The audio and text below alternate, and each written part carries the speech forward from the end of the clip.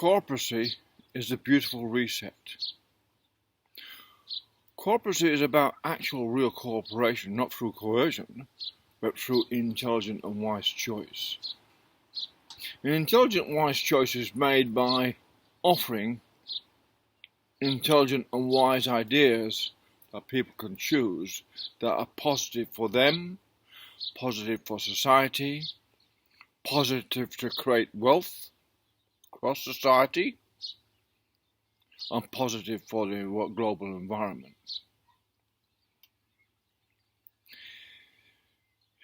It's an evolutionary approach, a positive evolutionary approach to the many problems that the earth faces. It's based on the idea of cooperating, a universal cooperacy, if you like, a universal cooperation amongst all people. It doesn't matter they've all got to be the same and think the same and anything like that. This is not about that at all. It's about having similar goals that help bring people together psychologically, if you like, regardless of culture. Because there are certain problems such as plastics, which this one is about. Plastics is a phenomenal problem that doesn't seem to be, it's a very, very serious problem. 330 million tons of plastic or thereabouts every year are distributed into the world. Yet there should be an exact counter economic situation created, a financial situation, if you like, what takes care of that plastic directly at sales, no matter where the sales are. Most sales are transactional, some people aren't, but most sales are transactional. So transactions, if it's got plastic in the component of what is there, in what's purchased, well, that transaction can take 1% or 2% or a very small percentage of that. Helps then go into a fund, a global fund, that then allows us as humans to deal with plastic, and there's many different ways. Lots of it will be recycled, of course, and reused and made roads with and shoes with and leather with, and all sorts of things can be made with it. But there's still a lot of it to be dealt with, and it needs to be dealt on a coordinated, on a universal cooperacy in regards to dealing with this problem of plastic. It's everyone's problem. Regardless of all the trillionaires and billionaires want to cooperate towards the improving the world, it's a contradiction. They're not putting much money into, they may be privately, into dealing with plastics. But if you look at it upon an investment, it's a business investment. This is a business investment. This is not about a charitable thing. It's about user pay system, what actually makes money and employs people for someone who takes up the idea I'm going to present. I was an industrial engineer for many years. I worked in every industry, and that's from many years ago, and I learnt my time and space, my income in that field of heavy industrial processing. So I've got some insight into how in every industry works, how things are good to process from raw materials, how to final products. I've seen that happen on many occasions, been there and done that. So I draw this idea from that and put it out there. See, plastic is, of course, can be slightly heated and squashed into balls in a machine. You need large machines to do this. It's got to be done on an industrial scale.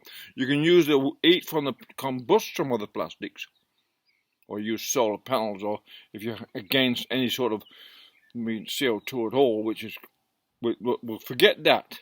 But some way the plastic must be used. You can rest the smoke and the CO2 in sort of some system, but you can use the plastic to make the heat, or using solar or other ways to make the heat. But you must cross the plastic with some other waste material, or some soils, or some clays, or something, into balls that are then a ton of plastic would be a certain diameter. And although this may be contentious to those who don't get it, but if you don't get it, please do the research and then discover what I'm saying is quite true.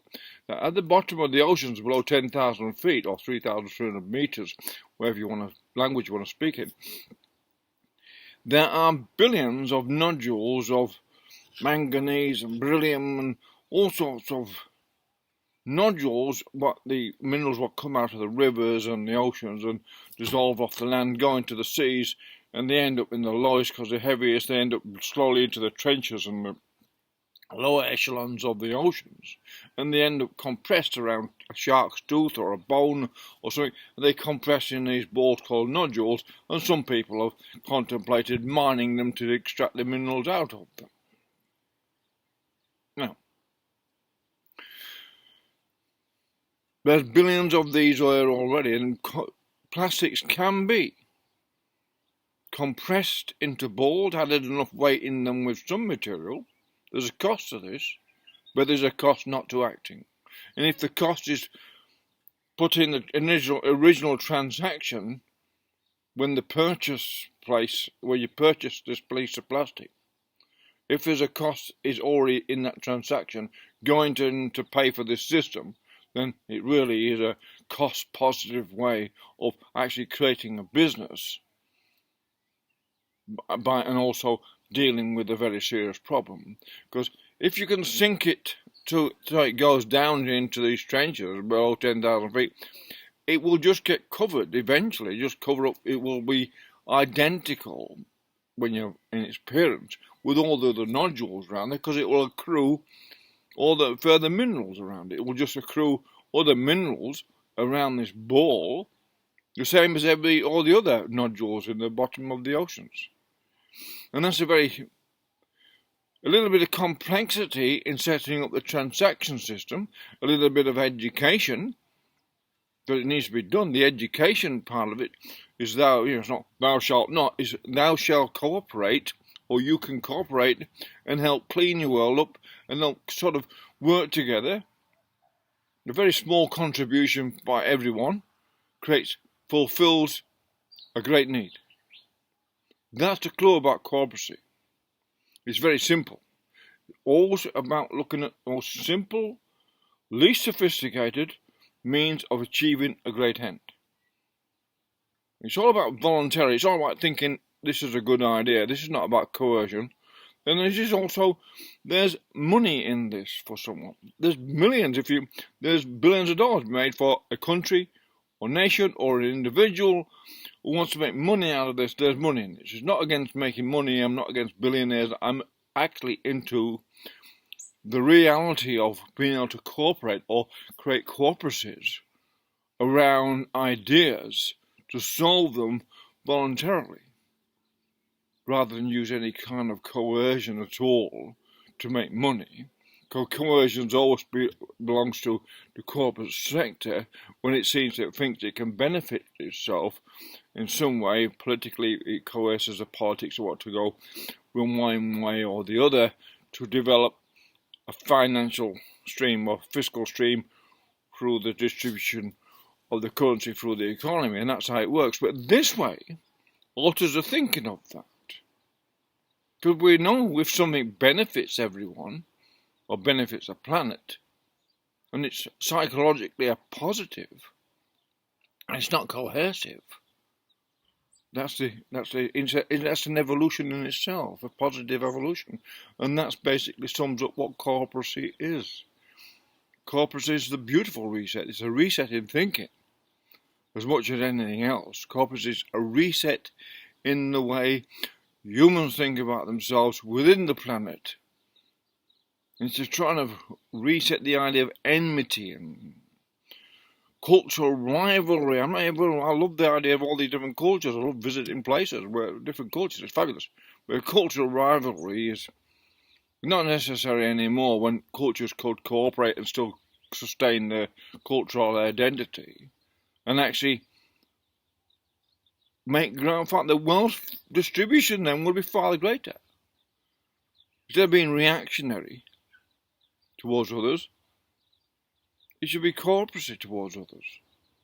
And then it's less disruption to the economic cycles. And a more positive theme towards, or thesis towards, a very positive and great goal: improving life on Earth for humans, improving the planet itself. It's as simple as that.